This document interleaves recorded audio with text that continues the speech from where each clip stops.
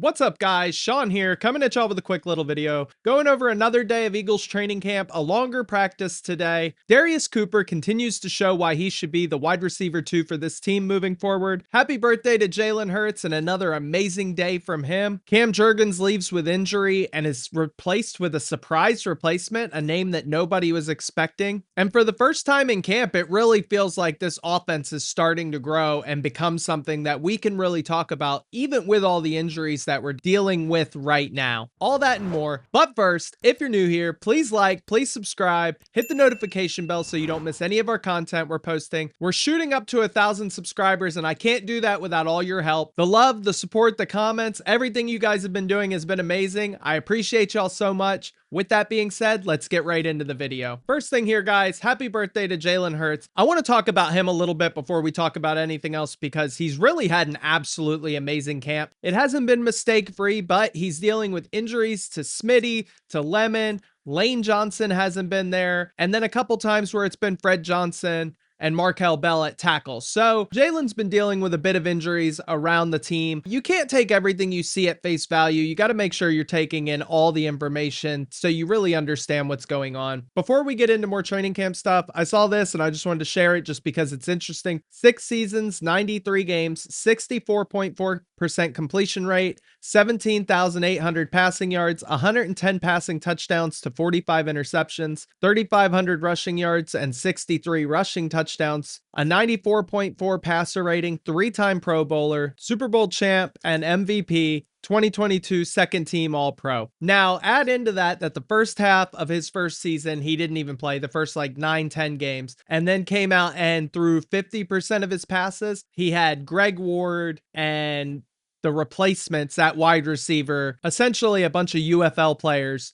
on a team where the offense was an O-line and a run game, and wide receiver wasn't really something that we looked at very much. So when he took over the team, we had nothing. Drafting Smitty, bringing in AJ, that was when we really started to enjoy having more receivers on the team outside of Zach Ertz and Dallas Goedert, which those guys were great in their own in the beginning, but they obviously couldn't handle the full workload. So I don't even think the numbers really do justice to Jalen Hurts until you get down to the bottom and then you see Super Bowl champ and MVP, and that's where it really kind of settles in that he's a winner. I know they say wins aren't a QB stat, but you really should have just thrown in the wins and losses in here too, because that helps paint the full picture of exactly what Jalen's done throughout his career. As for Jalen throughout camp, again, he's been dealing with injuries all over the offense. Hasn't had Smitty, hasn't had Lemon. You're dealing with Wicks, Hollywood Brown, Elijah Moore, Johnny Wilson, a bunch of guys that are learning a new scheme outside of maybe Wicks, but even him, he's still adjusting to a big change. You've had Saquon playing well, and you've had Tank Bigsby going out there and performing the way everybody expects him to from all things that we've read and seen. And Jalen's just been pretty much lights out every practice. Interception here because a receiver ran a bad route, and maybe a play here and there where he's taking a sack. But again, you're working with a subpar O-line compared to what we're going to go into the season with. Jalen's been great. He's still finding ways to drop dimes. He's still finding ways to move the chains, still finding ways to throw touchdowns. And that's exactly what you expect Jalen to do. Also, they're not really leaning into the RPOs or the read option very much. So once that becomes a bigger part of the game, you expect that that's going to change a lot of things there as well. But overall, it's been really exciting. This is probably one of the best training camps that we've seen from Jalen Hurts. And if he can continue this into the regular season, we're going to have a really impressive year. And it could be a career year for him this year. But this is the prime of his career. You've now seen pretty much everything the defense has to throw at you, that the NFL has to throw at you. But for the most part, Jalen has seen everything he's going to see. He's seen exactly what it takes to win a Super Bowl. He's seen exactly what it takes to win 10, 11 games throughout the regular season and then be a one and done in the playoffs. So he knows what he's doing. He knows what the goal is. And I think that this year, focused Jalen is going to be the best version that we've got so far. And I'm excited to watch. All right, I want to shout out Ryan Fowler here for some 11 on 11 notes. Hurts more and more confident each day, ripping it up the hashes. We just talked about that. Jalen's having a great camp so far. Makuba runs the alley so well, quick trigger, and arrives with pop. A lot of disappointments last year and a lot of questions last year about could he stay healthy? Was he undersized? How does he fit in with this team? Through this training camp and through the end of last year, if you remember correctly, He started to really up his game. He started to play better. You started to see him feel more comfortable with what he was doing, with what his assignment was. He always was an intelligent player. He's growing into his frame. He's bigger, he's stronger, and he's equally as fast as he was last year. I expect a big year from Makuba.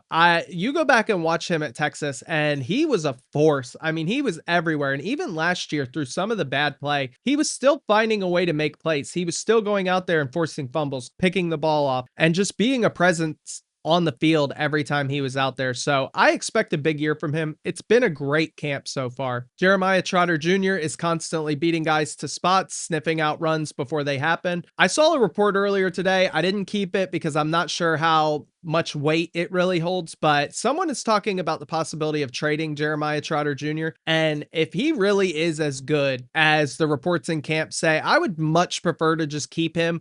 Zach Bond is getting close to the end of his contract. You don't know what the Eagles really plan to do with him. You know they love the Trotter family here in Philadelphia, so you imagine that we don't want to see him leave, but his value could never be higher than it is right now unless we actually started playing him. So tell me what you think. Do you think it's a good idea to potentially trade him, or is he sticking around for the long term? Markel Bell, we've talked a lot about him through training camp thus far. Ryan says, Markel Bell looks smooth and easy, mixes up looks with feet and punch timing, excellent in pass protection. He is a large human being. He is going to be very hard to get around in pass coverage unless you have a deep bag of pass rusher moves. With him being as big and strong as he is, with him having the reach that he has with his arm length, it's just going to be next to impossible to get around him if he gets his hands on you. So it's going to take some really impressive work for someone to beat him. The run game is where I always kind of questioned if he has to move a little bit to get out in the run game. Is he going to be effective, or is he kind of a weak link on this offensive line? Luckily, we shouldn't have to worry about that this year. He might have to fill in for a couple snaps or a game here and there, but I don't imagine he's going to be playing any extended time. So it gives him more time to work on his conditioning, his athleticism,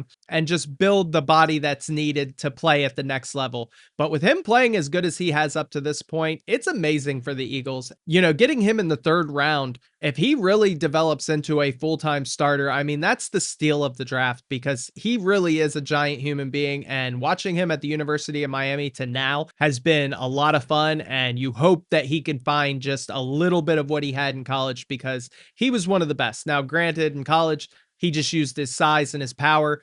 It's going to take a little more work at the NFL level, but he's already shown he has the tools to get it done. Kind of our forgotten guy here, Jordan Davis, swam around Landon Dickerson in 11 on 11 like he wasn't there. Would have been an easy sack. He's been on the radar every day. He might not be the main guy we're talking about with the Jalen Carter contract, with Moro Ojomo in the final year, some of the young guys that we're talking about, just to see where they're going to land and what they can do. Jordan Davis has been a beast all day, every day. If he continues his development the way he is, he's going to end up getting paid even more money in his second contract, because like Markel Bell, another giant human being with tons of potential. And Jordan Davis, if he really starts learning swim moves and pulling rips and stuff like that, you know, just defensive pass rush moves, he's going to be on the field a lot more, and it's going to be scary, because him and Jalen Carter, you can't double both of them. And if you do, you're setting yourself back as an offense, because now you're giving one of the best defenses in the league more people to guard less people, and that's only going to result in interceptions or PBUs. So Jordan Davis having a great camp. The sky's the limit. I love Jordan Davis, and I'm so glad that he's having another great camp, because he deserves every bit of what he's getting after all the work through the first couple years of his contract, through all the noise. He never stopped working, and he loves the city, and he's an awesome human being. So I'm always rooting for Jordan Davis. Pass rush approach from Jalix Hunt changes each rep. Hands, angles, camp is the time to try stuff, and he's working. This is what we're talking about here, a deep pass rushing bag. Some of these guys realize they might not be the biggest and the strongest, so they have to find more ways to get it done. In Jalix Hunt's case, he's got a little bit of both. He's got size, he's got speed, he'll get interceptions, he'll get sacks, and now, you know, working, you know, doing different things on every snap. The fact that his bag is deep enough to have that array to where he's just doing something different every time, just trying something every time, that's unbelievable. He's going to have a great year this year. He's absolutely taking the second pass rusher spot. There's no way you give it to Nolan Smith at this point.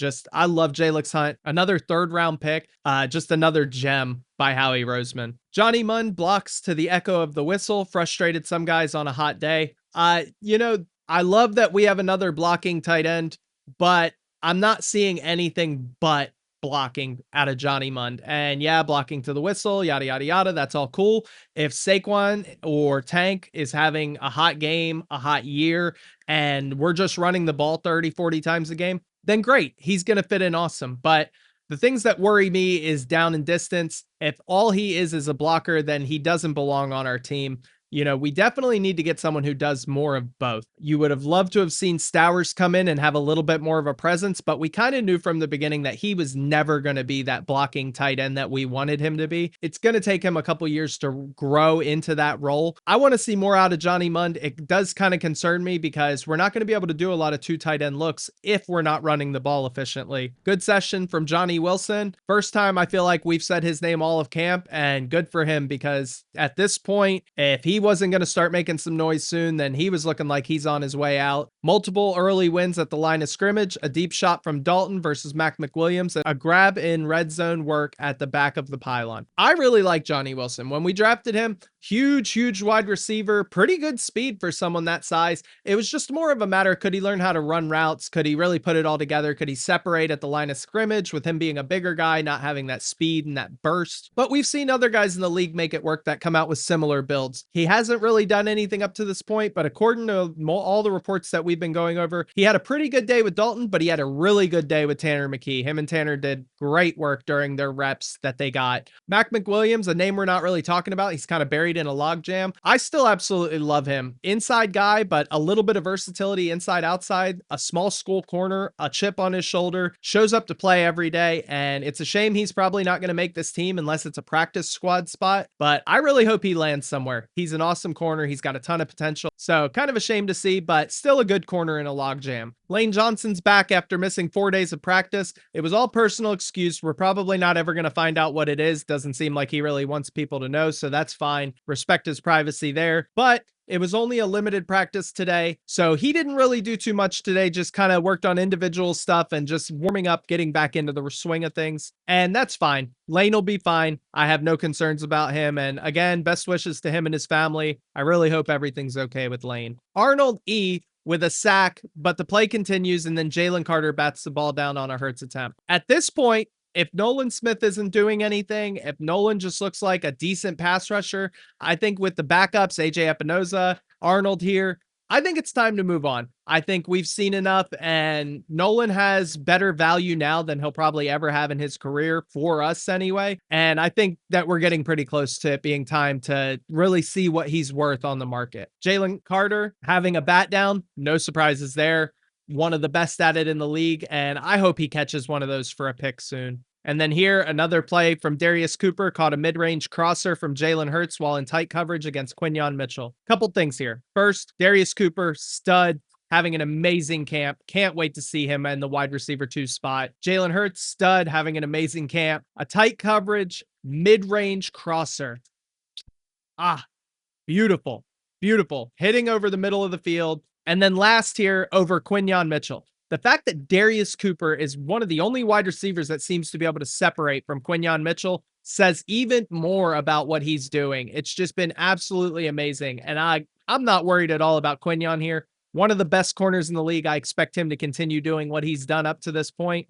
But Darius Cooper is a dog. Jaylen Brown's been making his rounds. And then seeing him here at Eagles practice, that was awesome. He was having a lot of fun, getting handshakes, talking to the kids, signing autographs. I mean, this was cool. This is so cool to see. Jaylen Brown is 100% bought in, and go back and watch some 76ers videos if you haven't already. I've been talking about him nonstop since we got him, but this is amazing to see, and I love it. Just all of Philadelphia coming together. It's been such a big offseason for the Eagles, for the Sixers. The Phillies are finally starting to look like they're turning things around. The Flyers made a bunch of really good moves. So you're excited for Philly. It's going to be a big year no matter what sport you watch. Cam Jurgens gets injured, goes to the tent, ends up going inside. That's not too surprising because he's been pretty injury prone. You hate to see it, But the real surprise here is that Jake Majors was the one who came in behind him. Jake Majors is a name we haven't said one time. I don't think I even seen him on the roster list, but he came in and got work with the ones. Not really many reports about how he did. It didn't last very long.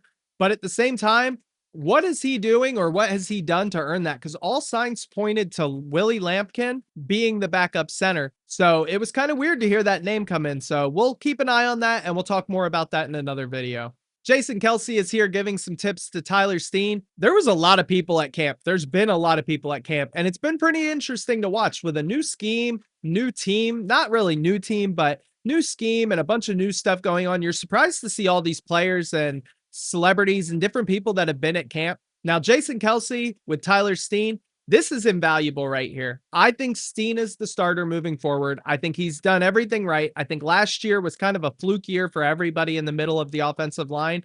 I expect big things from him. I think Steen is going to go out and have a great year. And if he's taking coaching from Jason Kelsey, that means Jason thinks he's worthy of the coaching to begin with, and he wants to see him succeed. I think Tyler Steen goes out and has an amazing year. I think probably one of our best guys on the O-line right now, and I want to see him get the recognition he deserves because it wasn't perfect last year.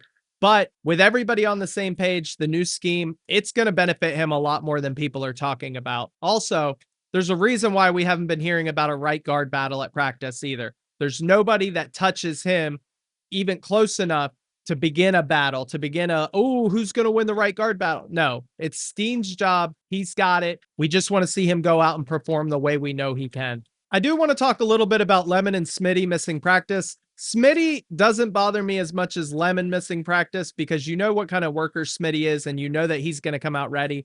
But with someone like Mekhi Lemon, he's missing so much camp. And I know people are saying, look at Cooper DeJean and his camp and how all the time he missed. I get that. Cooper DeJean is one of the best corners in the NFL. We didn't know that at the time, but we do now. We don't know that Lemon's going to be the same level of player that Coop is. So it's concerning.